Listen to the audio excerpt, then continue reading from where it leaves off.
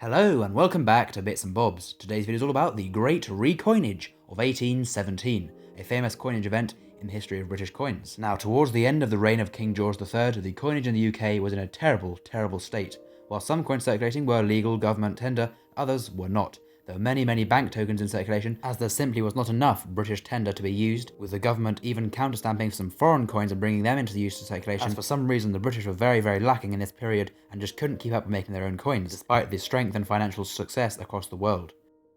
So, the silver coins are up first, and the Great Recoinage of 1817 began in the end of 1816, the first new release being the new sixpence piece, as we see on screen now. So here is the coin, machine made to the exact same standard of every single coin being the same size, weight, shape and diameter.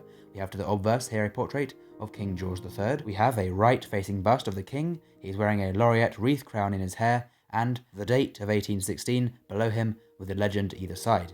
On the reverse we have a new design style here. We have a crowned Hanoverian shield, within the royal shield there with the court of arms, two parts showing the three lions of England, to the bottom left the harp of Ireland, and to the top right the lion rampant of Scotland. This is then crowned with the St. Bartholomew's crown and encircled by the Order of the Garter.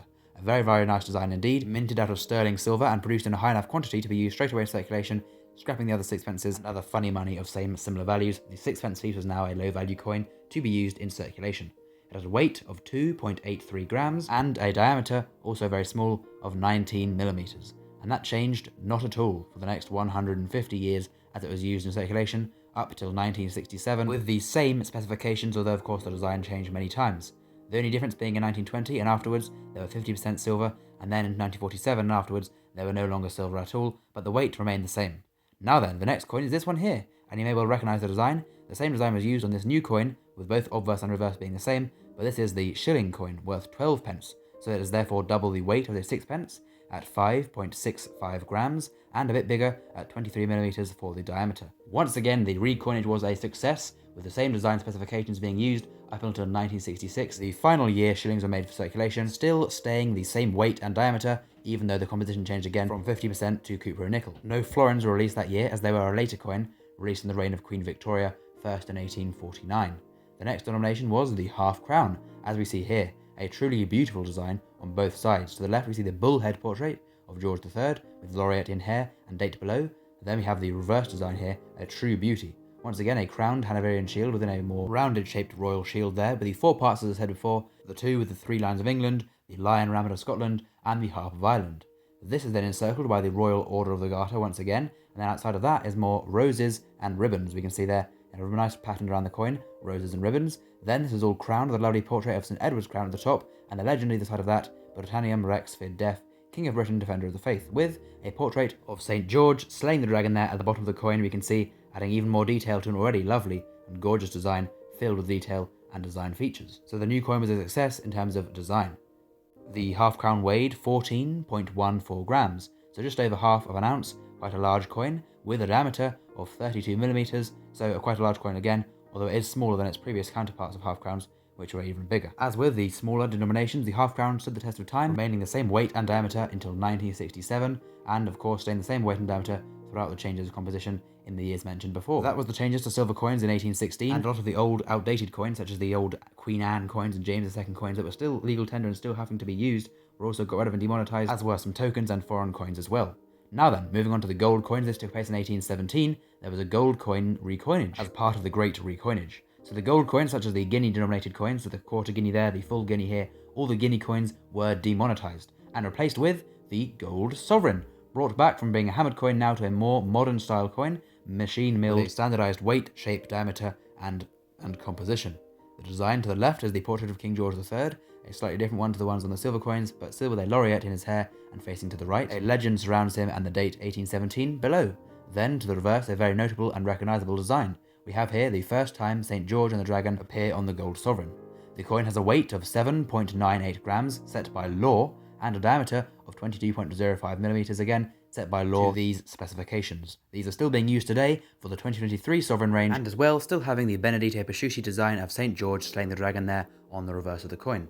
Now then, there was another coin released that year, in 1817, and it was the counterpart of the sovereign, the half sovereign, worth half of a pound, half of a sovereign. The obverse of the coin has the same design as the sovereign, with the date, legend and portrait the same on that side. However, the reverse has a new design here, not featuring St. George and the Dragon. We have a very pointy style shield with the Hanoverian shield inside, crowned, and the legend around that.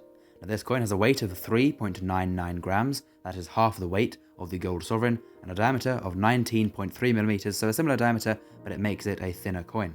And once again, these coins are still being made today, the half sovereign with a similar design and of course the same weight and diameter. But we don't finish there, there are still some changes need to be made, and some additions too. So in 1818, this coin was released, and this is the 1 crown coin, as we can see here, again featuring the portrait of St. George slaying the dragon by Benedetto Pesciuti on the reverse, and the portrait of George III on the obverse, a very big detailed portrait there, with tons of detail in the hair, which is very, very cool to think that that was done by hand by the master of the mint, Benedetto Pesciuti, a truly famous and great designer from the time. Now then, this coin weighed 28.28 grams and had a diameter of 38.61 millimeters, so a very, very big coin, the largest coin in circulation at the time after the recoinage. Now the cool thing is, the half crown weighed half of the crown, and then the half crown was worth 2.5 shillings, and 2.5 shillings weighed the same as a half crown, and a shilling was worth 2 sixpences, and a shilling was the weight of 2 sixpences, meaning that these new silver coins could be done and valued by weight. 1 pence was equal to 0.416 grams of coin back then, so if you had 113.2 grams, that's £1 sterling in silver coins. So any big bags or collections of silver coins could be very easily weighed and then given the value of perhaps £1, 3 shillings, and 8 pence, for instance. This was also the same for the sovereign, and half sovereign could be weighed by weight and very easily found a value for the coins. So that made banking a lot easier back in the day for cashing in and out coins. But there were later some more denominations added, and we'll run through those now. In 1820, just at the end of the reign of George III, the double sovereign coin was introduced, however not for circulation. Similarly, the 5 sovereign coin was introduced, a £5 coin, but again, only for collectors and proofs, not for circulation.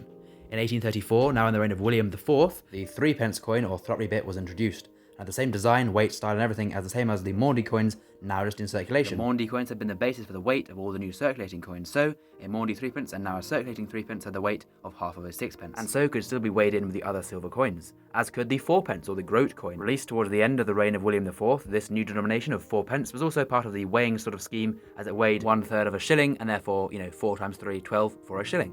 In 1849, a new denomination was released, 1/10 of a pound, or a florin, which was 24 pence or 2 shillings at the time, and here it is, and it weighed the same as 2 shilling coins.